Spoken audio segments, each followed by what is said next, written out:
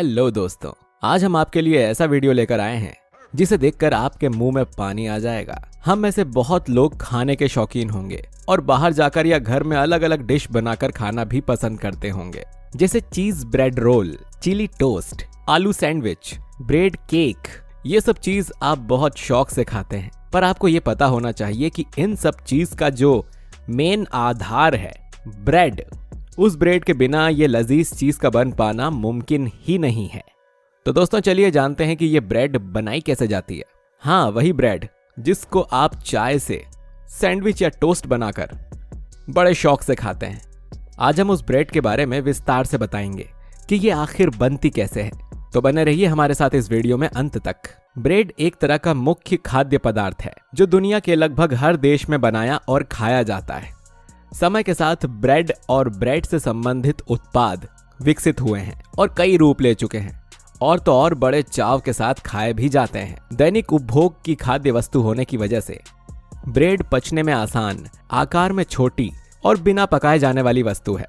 घर की थाली हो, ढाबे का मसालेदार खाना हो या फिर 5 सितारा होटल के लजीज पकवान, बिना रोटी या ब्रेड के टुकड़े के साथ वो पूरा नहीं होता। ब्रेड की अहमियत को इसी से समझा जा सकता है कि जगह बदलते ही इसका स्वरूप भी बदल जाता है।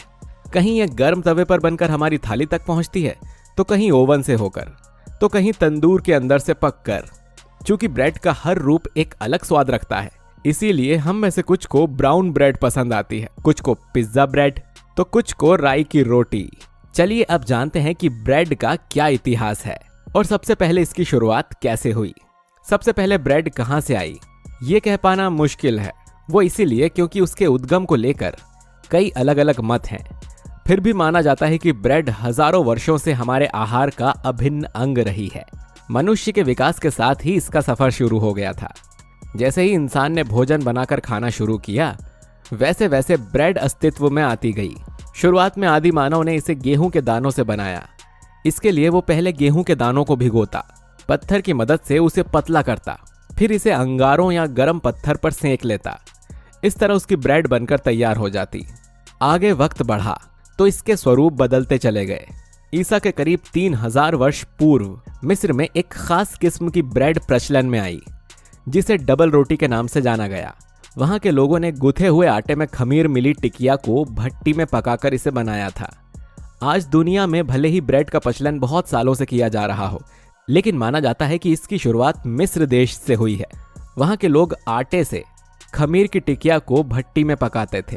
सबकी पसंद बनने से पहले ब्रेड ने लंबा सफर तय किया और इसके स्वरूप विधि में कई बदलाव आए। कई मकबरों में ऐसे प्रमाण भी मिलते हैं जिसके आधार पर कहा जाता है कि शिरमाल जैसे व्यंजन ईसाई समुदाय से निकल कर आए हैं। और दोस्तों, कहा जाता है कि 1928 में ब्रेड काटने वाली मशीन का निर्माण किया गया था और तब पहली बार ब्रेड काटी गई, और इसके बाद यह मशीन दुनिया भर में छा गई। और ब्रेड का एक और रहस्य है कि ऑस्ट्रेलिया में 9000 साल से एक ब्रेड रखी गई है। जर्मनी में 300 से ज्यादा किस्म की ब्रेड मिलती हैं। ऑस्ट्रेलिया के एक म्यूजियम में आज से 9000 साल पुरानी ब्रेड देखने को मिल सकती है। ऑस्ट्रेलिया के एक म्यूजियम में, जिसका नाम पनियम है, ये ब्रेड के आकार का बना हुआ है और ब्रेड के लिए ही समर्पित है। और दोस्तों, कहा जाता है कि इसके नमूने मिस्र के मकबरों में देखे गए हैं। इसके बाद तो जैसे ब्रेड आम हो गई, अलग अलग देशों ने इसे अपने फ्लेवर के हिसाब से बनाना शुरू कर दिया। कहीं मैदे मिले आटे से, तो कहीं आलू, मटर, चावल या जौ का आटा मिलाकर इसे स्वादिष्ट बनाने का प्रयास किया जाता है। ये तो हुई इतिहास की बात। अब आइए जानते हैं कि ब्रेड कितने प्रकार की होती हैं। Number 1, brown bread. ब्रेड को गेहूं से बनाया जाता है। यही वजह है कि इसका रंग ब्राउन या भूरा होता है। यह डायबिटीज के नियंत्रण व उसके स्तर को कम करने में सहायक मानी जाती है। वजन कम करने में भी उपयोगी होती है। यही वजह है कि बड़ी मात्रा में इसका सेवन किया जाता है। Number 2, white bread. इसको बनाने के लिए मैदे का प्रयोग किया जाता है। माना जाता है कि इसके सेवन से किडनी और लीवर से जुड़ी बीमारियां नहीं होती हैं।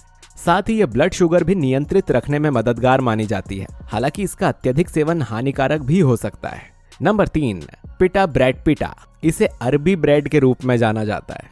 इसे गेहूं के आटे से पकाया जाता है। इसकी उत्पत्ति लगभग 2500 ईसा पूर्व मेसोपोटामिया में हुई थी, लेकिन इसने हाल ही में भारत में लोकप्रियता हासिल की।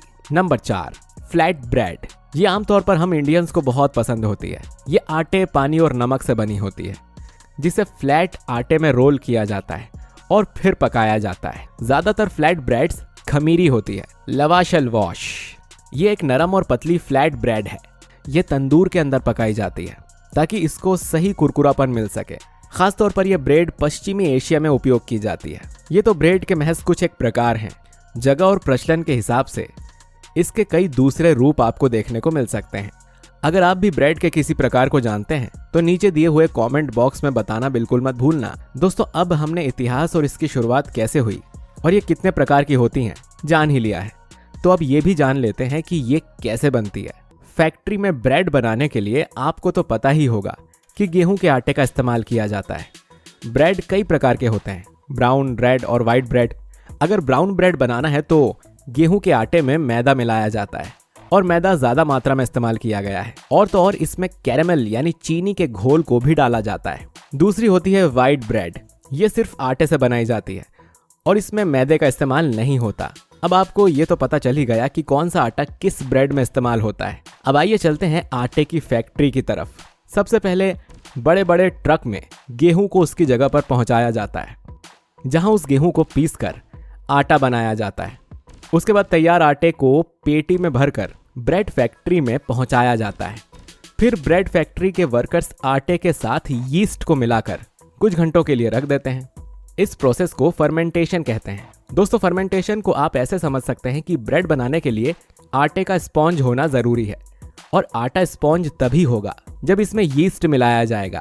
इसके बाद आटे में शक्कर, नमक, गर्म पानी को मिला दिया जाता है और आटे को ये सब चीजें मिलाकर घोला जाता है और 8 मिनट तक मशीन द्वारा इसे घुमाया जाता है, जिससे आटा गुथ जाता है और फिर गुथे हुए आटे को निकालकर रख दिया जाता है। फिर इस आटे को मशीन में डालकर छोटे छोटे भागों में काटा जाता है। फिर इसको आगे की प्रोसेस के लिए तैयार किया जाता है। इन छोटे छोटे हिस्सों को आगे इस बेल्ट के द्वारा भेजा जाता है और इस बेल्ट के नीचे कंटेनर लगा होता है। अगर इन छोटे छोटे हिस्सों में वजन कम या ज्यादा होता है तो ये अपने आप नीचे की ओर लगे कंटेनर्स में गिर जाती है और फिर वर्कर्स कंटेनर उठाकर इनके वजन को बढ़ाते या कम करते हैं। खैर, इन छोटे छोटे पीस पर आटे को छिड़का जाता है और जब ये आगे की ओर जाती है तो लोहे के पर्दे से निकलते हुए जाती है। लोहे के पर्दे इनको उनकी राउंड शेप देते हैं।